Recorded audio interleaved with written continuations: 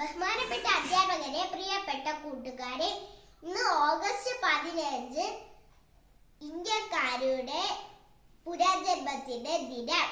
നൂറ്റാണ്ടുകളോളം നമ്മെ അടക്കി ഭരിക്കുകയും ചൂഷണം ചെയ്യുകയും അടിച്ചമർത്തുകയും ചെയ്തവരോട് അവധിയില്ലാത്ത പോരാട്ടങ്ങൾക്കൊടുവിലാണ് നമുക്ക് സ്വാതന്ത്ര്യത്തിന്റെ വെളിച്ചം അനുഭവിക്കാൻ സാധിച്ചത്.